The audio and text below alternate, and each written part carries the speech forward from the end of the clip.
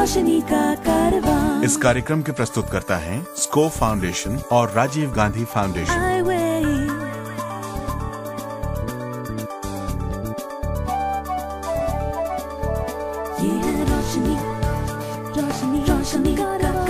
रोशनी जो करती है अंधेरे को दूर, रोशनी जो लाती है दिल में नूर, रोशनी जो दिखाती है रास्ता। ये है रोशनी का कारवां। ये क्या है? अजी पाकिस्तान जा रहा हूँ क्रिकेट वर्ल्ड कप देखने। Cricket world cup? जी हाँ, third blind cricket world cup. हायला कब? 3 दिसंबर से 16 दिसंबर 2006। कौन कौन सी कंट्रीज शामिल हो रही हैं? 9 के 9 जो क्रिकेट खेलती हैं सब जा रही हैं। अरे मोहतरमा, आप कहाँ चली? अपनी सीट बुक कराने।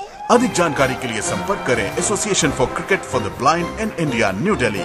Call at 264-981-66। जश्न मनाओ के उजाला होने को है, झूमो गाओ के एक कारवां रोशनी का साथ होने को है। रोशनी के इस कारवां में शामिल हैं हम सब। मैं सलीमा, आप तमाम सुनने वाले, और साथ ही यहाँ स्टूडियो में हमारे साथ बैठे अरशद, जॉर्ज और दूसरे तमाम लोग, हम सब की जानिब से आदाब कबूल कीजिए। आइए हम आवाज़ देते हैं जॉर्ज इब्राहिम को कि वो हमारे पहले यानी इंटरव्यू सेगमेंट की शुरुआत करें। भाई, क्या ही बेहतर हो कि हम अपने प्रोग्राम के इस सेगमेंट के मेहमान का भी नाम बता दें। हाँ बिल्कुल। तो दोस्तों, स्वागत कीजिए एस्थर जैन का, जो पाकिस्तान से हैं, दृष्टिहीन हैं, लेकिन जीवन की कठिनाइयों से लड़ने वाली एक जबरदस्त बहादुर योद्धा हैं। नमस्कार एस्थर, आपका भारत में स्वागत है। आप पाकिस्तान से आए हैं। आप हमें बताइए कि आपके विजन प्रॉब्लम कब से हैं और आपका एजुकेशन क्या रहा है? जब मैं स्कूल में आई तभी मुझे पता चला कि मेरे साथ कोई विजन का प्रॉब्लम है। अदरवाइज़ बिल्कुल नॉर्मल था। और बचपन में चूंकि मुझे ब्लाइंड बच्चों के साथ ही पढ़ना था, तो मुझे इतना कुछ ख़ास मुश्किल नहीं लगता था, क्योंकि अपने ही जैसे सारे लोग थे। एजुकेशन मैंने Ida Rieu school for the blind and deaf से मैट्रिक किया 99 में, और उसके बाद फिर मैंने साइटेड लोगों के साथ कॉलेज किया, इंटरमीडिएट। उसमें मैंने इंग्लिश लिटरेचर लिया, क्योंकि इंग्लिश लिटरेचर में मास्टर्स करना चाहती थी। ऑल्दो मैं उर्दू मीडियम से आई थी, लेकिन उसके बावजूद फिर मैंने बीए ऑनर्स इंग्लिश किया, और देन 2005 रिसेंटली मैंने एमए इंग्लिश लिटरेचर कंप्लीट किया है। तो एस्थर, ये बताइए कि पाकिस्तान में जो ब्लाइंड स्टूडेंट्स हैं, जब वो ग्रेजुएशन करते हैं, पोस्ट ग्रेजुएशन करते हैं, तो उनको किस प्रकार के सपोर्ट मिलता है? टीचिंग एड्स होते हैं, या जो जिससे पढ़ने में मदद मिलती है। ऐसे तो बुक्स वगैरह नहीं मिलती हमें ब्रेल में। सबसे बड़ा प्रॉब्लम यही फेस करना पड़ता है कि आफ्टर 4 और 5th क्लास हम लोग को खुद ही सारी बुक्स तकरीबन लिखनी पड़ती हैं। या तो आप ब्रेल में लिखें या फिर आप रिकॉर्ड कराएं। तो मुझे भी ये सारे प्रॉब्लम्स आए जब मैं कॉलेज और यूनिवर्सिटी गई। तो मैं तो अपने फ्रेंड्स से और अपने टीचर्स से काफ़ी हेल्प लेती थी, और उन्होंने मुझे बहुत सपोर्ट किया। That's why I am able to do that.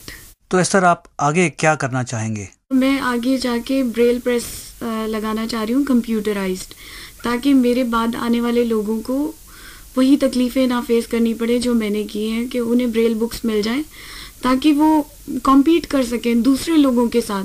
क्योंकि हम लोग को सेम लेवल पे टेस्ट किया जाता है, लेकिन हम लोग ज़ाहिर फैसिलिटीज़ हम लोग को वो नहीं दी जाती। तो मैं इसी फील्ड में काम करना चाह रही हूँ। एक मैंने NGO बनाई है उसके लिए, बियॉन्ड द साइट के नाम से। पाकिस्तान में आप रेडियो से भी संबंध रखते हैं, तो इसके बारे में थोड़ा बताइए। फ्रॉम कराची, तो वहाँ पे FM चैनल है एक, FM 101।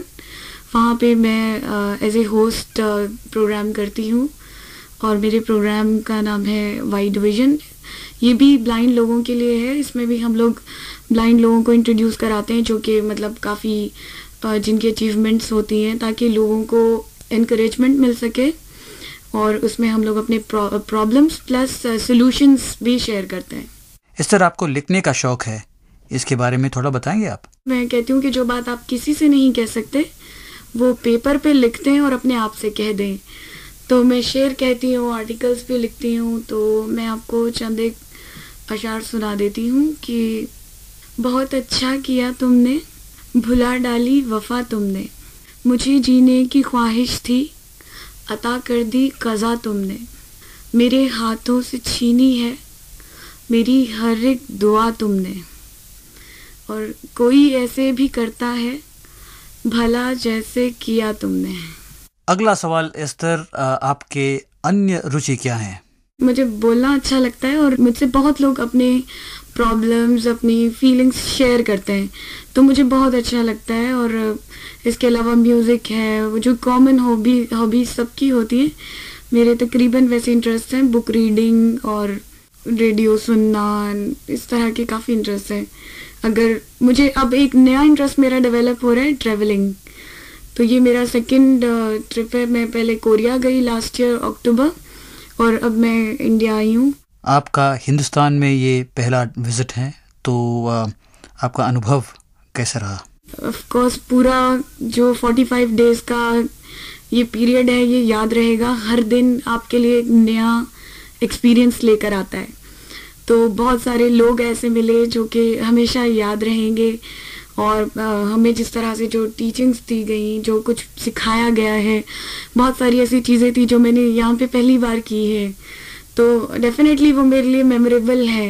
एस्तर, आज हम आपसे जानना चाहेंगे कि आज के तारीख में पाकिस्तान में ब्लाइंडनेस का स्थिति क्या है?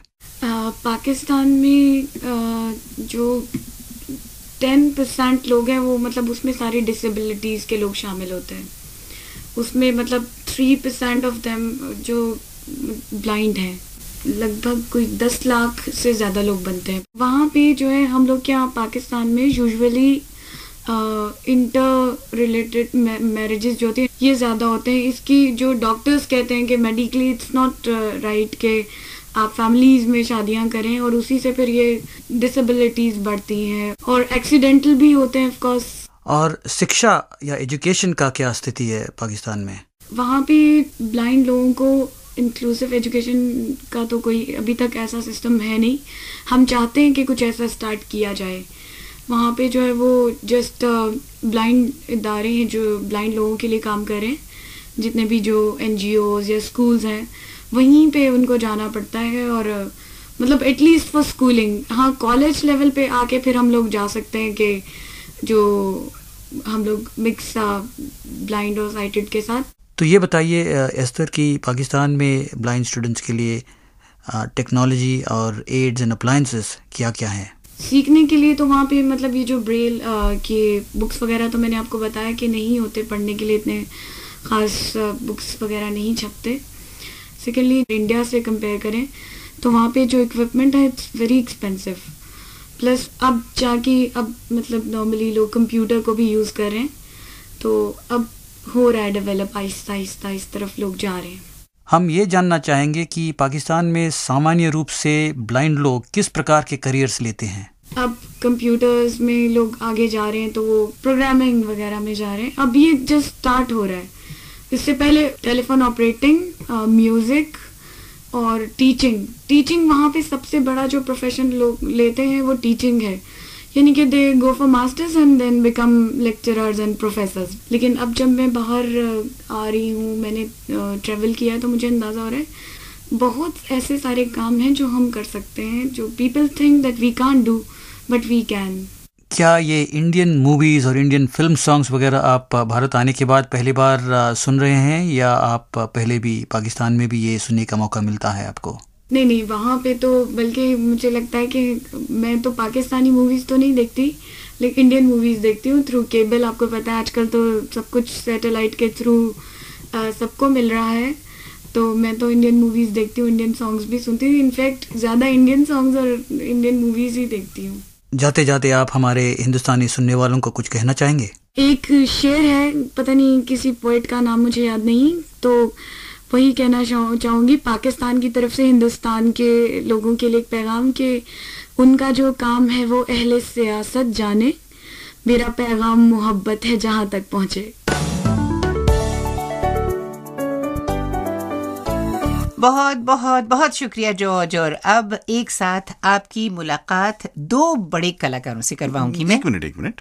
मेरा ख्याल है कि ये वक्त किसी एक जानी मानी शख्सियत के बारे में बताने का है। जी हाँ बिल्कुल है, लेकिन जो बता रहे हैं वो भी तो एक बहुत बड़ी शख्सियत हैं, एक बड़ी शख्सियत के मालिक हैं। हाँ। आइए सुनते हैं हिंदुस्तान के एक ऐसी नायाब आवाज को जिनसे बच्चा बच्चा वाकिफ है।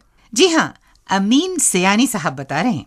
ये हैं जाने माने वायलिनिस्ट और कर्नाटक शैली के क्लासिकल गायक जिनकी आवाज ने देश विदेश में जादू जगा दिया है। इनका नाम है मोहन चंद्रशेखरन। बचपन में ही आंखों की रोशनी जाती रही मोहन की, मगर अपने संगीत से लोगों के दिलों में रोशनी फैलाने का फन सीखा इन्होंने। और अब अमीन सयानी बता रहे हैं विस्तार से।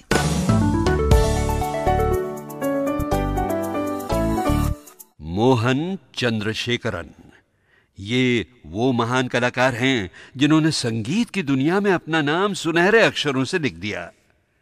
सन 1937 में 11 दिसंबर के दिन संगीतकारों के एक परिवार में जन्मे थे मोहन, मगर सिर्फ 2 वर्ष की उम्र में अपनी दृष्टि खो बैठे। और जब वो 7 वर्ष के हुए तो उन्होंने अपने पिता को भी खो दिया। पर उनकी माता ने अपना धैर्य नहीं खोया और अपने नेत्रहीन बेटे को एक उम्दा संगीतकार बनाने की ठानी। 7 वर्ष की आयु में मोहन ने अपनी माता से संगीत सीखना शुरू किया और जब वो सिर्फ 11 वर्ष के थे उन्होंने अपना पहला स्टेज परफॉर्मेंस देकर सभी श्रोताओं को मंत्रमुग्ध कर दिया। छोटी सी उम्र में उन्होंने अपने संगीत के माध्यम से बड़ा नाम कमाया और बड़े बड़े पुरस्कार भी प्राप्त किए। मोहन चंद्रशेखरन संगीत जगत की कई महान हस्तियों के वायलिन सहयोगी भी रहे हैं। कई देशों में खुद अपने वायलिन परफॉर्मेंसेस भी दे चुके हैं। वाद्य संगीत के साथ साथ उन्हें गाने और धुनें बनाने में भी महारत हासिल है। उनकी संगीत कला के लिए 1986 में भारत सरकार ने उन्हें संगीत नाटक अकादमी पुरस्कार से सम्मानित किया था। उसके बाद उन्हें कई और पुरस्कार भी मिले, कई और उपाधियां भी मिली। आजकल मोहन चंद्रशेखरन नौजवानों को संगीत सिखाते हैं और उनके सिखाए हुए छात्रों के नाम आज देश के जाने माने संगीतकारों में गिने जाते हैं। ये क्या है? अजी पाकिस्तान जा रहा हूँ क्रिकेट वर्ल्ड कप देखने। Cricket world cup? जी हाँ, 3rd blind cricket world cup. हायला कब? 3 दिसंबर से 16 दिसंबर 2006। कौन कौन सी कंट्रीज शामिल हो रही हैं? 9 के 9 जो क्रिकेट खेलती हैं सब जा रही हैं। अरे मोहतरमा, आप कहाँ चली? अपनी सीट बुक कराने। अधिक जानकारी के लिए संपर्क करें Association for Cricket for the Blind in India, New Delhi. Call at 264-981-66। Thank you very much Amin साहब। और अब एडवाइस, मशवरा और चंद उपयोगी बातें। अरे भाई, वो तो दुनिया जानती है अरशद कि हम उपयोगी बातें ही करते हैं। आप बताएं कि किस सब्जेक्ट और किस विषय पर बातें करेंगे हम? जहां तक सब्जेक्ट का सवाल है वो है स्पर्श में छुपा हुआ सूरज। कुछ समझी नहीं मैं। देखिए सलीमा, हमारा आज का सब्जेक्ट जो है वो है ब्रेल। दृष्टिहीनों के लिए लिखना पढ़ना दरअसल इसी शैली से संभव हो पाया, मानती है? और पिछली 2 सदियों से विजुअली इम्पेयर्ड पीपल के लिए ये सबसे बड़ा सहारा रही है। और दोस्तों, जैसा कि हम सब जानते हैं कि जो चीज तकरीबन 200 साल का इतिहास रखती हो अपने साथ, वो बदलाव के दौर से भी गुजरी तो जरूर होगी। इसीलिए आज हम बात कर रहे हैं ब्रेल में बेसिक और कुछ कंटेम्पररी चीजों की। इस विषय पर हमारे एक्सपर्ट हैं मिस्टर कमलबीर सिंह, जो कि मेन स्ट्रीम स्कूल में सीनियर सेकेंडरी में टीचर हैं और जिनके पूरे करियर का आधार ब्रेल रहा है। तो आइए सुनते हैं प्रणय गड़ोदिया और कमलबीर सिंह की कुछ बातचीत। कमलबीर जी, सबसे पहले तो हमें ब्रेल के बारे में कुछ मूलभूत बातें बताएं। ब्रेल असल में दृष्टिबाधित लोगों द्वारा प्रयोग में लाई जाने वाली लिपि है और ये लिपि जो है वो 6 बिंदुओं पर आधारित होती है और इन 6 बिंदुओं के आधार पे संसार की कोई भी भाषा लिखने व पढ़ने का प्रावधान इस लिपि में है। लिपि का नाम इसके आविष्कारक फ्रांस के निवासी लुई ब्रेल के नाम पर रखा गया है, जो स्वयं भी विजुअली चैलेंज थे। इनका जन्म 1809 में और मृत्यु 1852 में हुई थी। इस छोटी सी अवधि में ही इन्होंने फ्रेंच आर्मी द्वारा अंधेरे में इस्तेमाल की जाने वाली 12 बिंदुओं की कोड स्क्रिप्ट के आधार पर अपनी 6 बिंदुओं वाली लिपि तैयार की। इस लिपि में एक सेल में हॉरिजॉन्टल 3 लाइनें होती हैं 2-2 बिंदुओं की।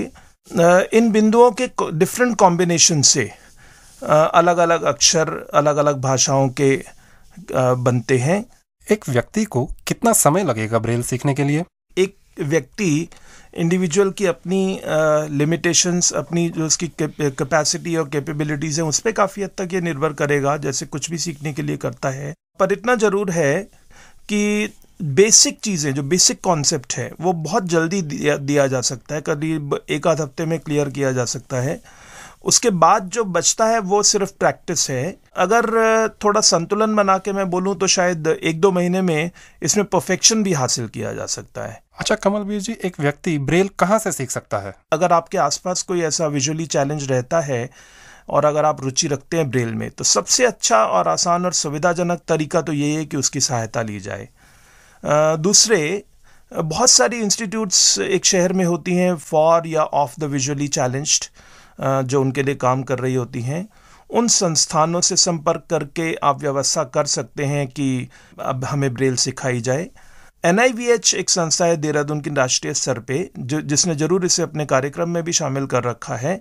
वहाँ ब्रेल और डेली लिविंग स्किल के लिए उस संस्था को ज्वाइन किया जा सकता है। कमलवीर जी, आज ब्रेल लिखने के क्या क्या माध्यम उपलब्ध हैं? ब्रेल लिखने के तरीके जो बेसिक है वो तो ब्रेल स्लेट है और स्टाइलस है। ब्रेल स्लेट एक तरह का फ्रेम है जिसमें एक पेपर फंसा दिया जाता है, लगा दिया जाता है और उसके ऊपर स्टाइलस से डॉट्स पंच किए जाते हैं और पेपर को टर्न ओवर करके उलट के उसको हाथ से पढ़ा जा सकता है। शुरू में सीखने के लिए कई और तरीके के इस्तेमाल भी किए जाते हैं। थर्मोकॉल इस्तेमाल करते हैं, उसमें डॉट्स बना के और उसमें मार्बल्स डाल के, डॉट्स तो सेल को रिप्रेजेंट करते हैं और मार्बल्स से कॉन्सेप्ट डेवलप होता है कि ये डॉट 1 2 3 4 5 6 है। इसके अलावा एक वुडन स्लेट भी होती है जिसमें नेल्स या स्क्रूज उल्टे करके डाल दिए जाते हैं, तो उनका जो हेड है उनको छू के बच्चों में कॉन्सेप्ट डेवलप किया जाता है डॉट का। और नए लर्नर्स में ब्रेल स्लेट के अलावा ब्रेलर है, जैसे टाइपराइटर्स होते हैं उसी तरह से ब्रेल टाइपराइटर जिसको हम ब्रेलर बोलते हैं। इसके अलावा मल्टीपल कॉपियर एक है, ब्रेलर से शीट तैयार करके उसको हम उसकी मल्टीपल कॉपीज बनाने के लिए प्लास्टिक शीट्स में उसको कॉपी कर लेते हैं और एक साथ कई कॉपीज उसकी तैयार हो जाती हैं। इसके अलावा अब तो ब्रेल के क्षेत्र में भी बहुत विकास हो गया है। हम कंप्यूटर में ब्रेल प्रिंटर से उसका प्रिंट आउट निकाल के पढ़ा जा सकता है और लिखा भी जा सकता है। कुछ ऐसे कीबोर्ड्स बनाए हैं बहुत सारी एजेंसीज ने जिनके जो ब्रेलर के आधार पर तैयार किए गए कीबोर्ड्स हैं। तो इतने सारे तरीके हैं जिनसे ब्रेल लिखी जा सकती है और पढ़ी जा सकती है। क्या ब्रेल लिपि या ब्रेल स्क्रिप्ट जो है वो दुनिया भर में स्टैंडर्डाइज्ड है? लुई ब्रेल ने स्क्रिप्ट लिपि तैयार की थी, उनके जीवन काल में इसको मान्यता तक नहीं मिली थी। स्क्रिप्ट को मान्यता मिली उनकी मृत्यु के बाद। और उसके बाद अलग अलग देशों में अलग अलग भाषाओं में ब्रेल लिखी जाती है, पढ़ी जाती है। उनके अपने स्टैंडर्ड कोड्स हैं और इन स्टैंडर्ड कोड्स के उनके अपने कंट्रैक्शंस और एब्रिविएशंस भी हैं। और अपने इंडिया में ब्रेल को स्टैंडर्डाइज किया गया भारतीय ब्रेल के नाम से 1951-52 में, और उसके बाद 1970 के दशक में इसके कंट्रैक्शंस और एब्रिविएशंस भी स्टैंडर्डाइज किए गए, उनको मान्यता भी दी गई। अलग अलग भाषाओं में स्टैंडर्डाइजेशन है। इंग्लिश को ही अगर हम एग्जाम्पल उदाहरण के तौर पे लें तो ऐसे भेद कहीं नहीं मिलते कि अमेरिका में कुछ और तरीके से लिखा जाता है या इंग्लैंड में कुछ और तरीके से लिखा जाता है। ऐसा अंतर देखने में कहीं नहीं मिलता। इसी तरह से जहाँ जहाँ हिंदी इस्तेमाल होती है एक ही तरीके से लिखी जाती है और पढ़ी जाती है। और भाषाओं के बारे में भी ये बात लागू होती है। पर हाँ, एक भाषा मैंने ज़रूर देखी है, उर्दू, जिसके लिखने के अलग अलग सिंबल्स अलग अलग जगह प्रयोग होते हैं और अपनी अपनी भाषाओं का प्रभाव उन पे ज़रूर थोड़ा देखा जाता है। कमलवीर जी, आज के तकनीकी युग में क्या आपको लगता है कि ब्रेल का महत्व कम होता जा रहा है? किसी भी साक्षर व्यक्ति के लिए लिपि तो उसका मूल आधार है, तो लिपि आना तो एक अनिवार्य बात है ही। लिपि उसी के माध्यम से उस ज्ञान अर्जित हो सकता है, उसी के माध्यम से पढ़ना लिखना, कम्युनिकेशन, संचार संभव हो सकता है। इसी तरह से एक विजुअली चैलेंज्ड के लिए भी ब्रेल का पूर्ण सब्स्टिट्यूट तो कोई और हो ही नहीं सकता। पूर्ण सब्स्टिट्यूट अगर हम टेक्नोलॉजी में ढूंढ रहे हैं तो टेक्नोलॉजी उसका सब्स्टिट्यूट बिल्कुल भी नहीं हो सकता।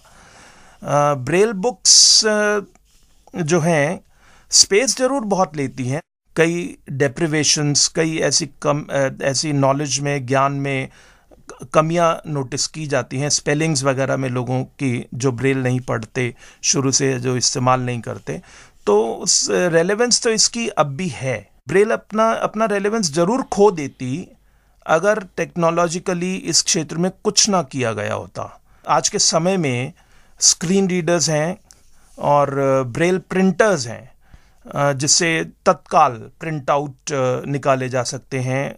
स्कैन करके पहले बुक को फीड किया जा सकता है या की इन किया जा सकता है, उसके बाद उसका ब्रेल वर्जन एकदम से निकाला जा सकता है। तो ब्रेल का तो सही इस्तेमाल अब शुरू होगा। आखिर में एक महत्वपूर्ण सवाल कमलवीर जी, ब्रेल किस तरह मदद करती है दृष्टिहीन लोगों को मुख्यधारा समाज में आने के लिए? इसके लिए मैं अपना भी उदाहरण देना चाहूँगा आपको कि मैं ब्रेल को हर क्षेत्र में विजुअली चैलेंज होते हुए मैं स्वयं हर जगह इस्तेमाल करता हूँ। जब मैं स्टूडेंट था तो नोट टेकिंग के लिए इस्तेमाल क्लास में किया करता था, जहाँ मैं अकेला विजुअली चैलेंज स्टूडेंट हुआ करता था। अब भी जब मैं अपनी क्लास लेता हूँ तो ब्रेल बुक्स के बिना एक दिन भी क्लास लेना मेरे लिए मुश्किल होता है। इसी तरह से मैं टीचर ट्रेनर भी हूँ, तो टीचर ट्रेनर के नाते जब मैं साइटेड टीचर्स को पढ़ा रहा होता हूँ तो मेरे हाथ में ब्रेल नोट्स होते हैं। अगर आप हमसे संपर्क करना चाहते हैं तो 0989600555 पर फोन लगाएं। अगर आप हरियाणा से फोन कर रहे हैं तो 9896000555 पर फोन करें। और याद रहे कि दूसरी तरफ से कोई आवाज सुनाई नहीं देगी, एक बीप सुनाई देगी जिसके बाद आप अपनी पूरी बात मशीन पर रिकॉर्ड कर सकते हैं। अगर आप ब्रेल लाइब्रेरीज की लिस्ट और इंडिया में ब्रेल प्रेस के बारे में कुछ जानना चाहते हैं तो प्लीज हमारे वेबसाइट पर लॉग ऑन करें या जाहिर है हमसे संपर्क करें। और अब एक ऐसी खबर जो हमारे अंदर भी जीतने का जोश और वलवला भर देगी। 18 साल के एलेक्स लॉक जो कि विजुअली इम्पेयर्ड हैं, उन्होंने ही हाल में जूनियर ओलंपिक्स नेशनल चैंपियनशिप में लेवल 10 जिम्नास्ट के तौर पर अपनी जगह बनाई। अरे वाह! और सुनिए, Alex has an eye disorder. Alex पूरी तरह कलर ब्लाइंड हैं। He is light sensitive and can't see far. फिर भी उनकी मेहनत, लगन और निश्चय ने उन्हें इस मुकाम पर ला खड़ा किया। भाई, आज हमारे artist of the month segment में कीबोर्ड पे सरफराज कुरैशी हैं। ये सरफराज वही तो नहीं है जो कि ब्लाइंड हैं, मुंबई से हैं और जिनका इंटरव्यू हमने अपनी किसी प्रोग्राम में शामिल किया था? बिल्कुल सही कह रही हैं आप। इसलिए दोस्तों, अब आपके और सरफराज के बीच हम नहीं होंगे।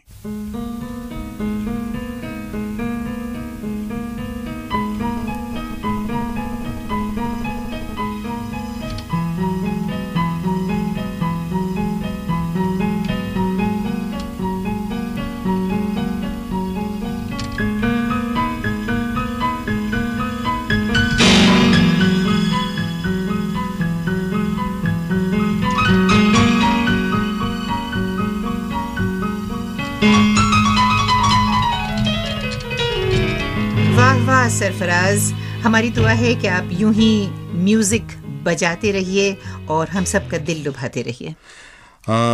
लेकिन आपका दिल लुभाऊं मैं, अगर आप इजाजत दें तो। अरे हमेशा इजाजत है, तुम आगे तो बढ़ो। भाई, प्रोग्राम 20th यानी 20वें एपिसोड में हमने पूछा था आपसे, डिम लाइट में पढ़ने से आंखों में खराबी पैदा होती है। हाँ, पूछा सही था। या गलत? जी, और जवाब भी बता दीजिए अब आप लगे हाथों। भाई, जवाब है ये बिल्कुल गलत है, ये सिर्फ धारणा है।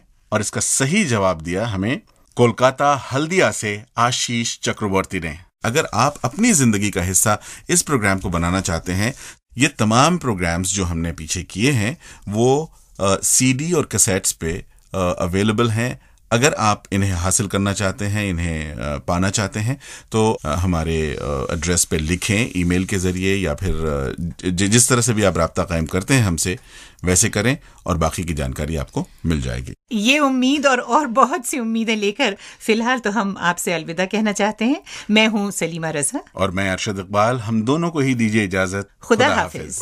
Eyeway radio programme, Score Foundation, PO Box 3903, New Delhi 49। और बहुत जरूरी बात जो आपसे करनी है, वह हम ये चाहते हैं कि आपका पार्टिसिपेशन, आपका सहयोग हमें हमेशा मिलता रहे। हम चाहेंगे कि आप अपनी समस्याएं, चाहे वो लीगल हों, मेडिकल हों, अधिकारों से संबंधित रखती हों, रोजगार या शिक्षा के बारे में हो, किसी भी तरह की समस्या जो ब्लाइंडनेस से संबंधित हो, तो 09896000555 और हरियाणा से 9896000555 पर कॉल करें, या हमारी ईमेल आईडी भी नोट कर लें, radio@iway.org पर लिखें। और हाँ, हमारा पोस्टल एड्रेस जरूर नोट कर लें। ये है Eyeway radio programme, Score Foundation, PO Box 3903, New Delhi 49। Eyeway, ये है रोशनी का कारवां। आई वे। इस कार्यक्रम के प्रस्तुतकर्ता थे स्कोर फाउंडेशन और राजीव गांधी फाउंडेशन। ये है रोशनी, रोशनी, रोशनी का कारवां, रोशनी।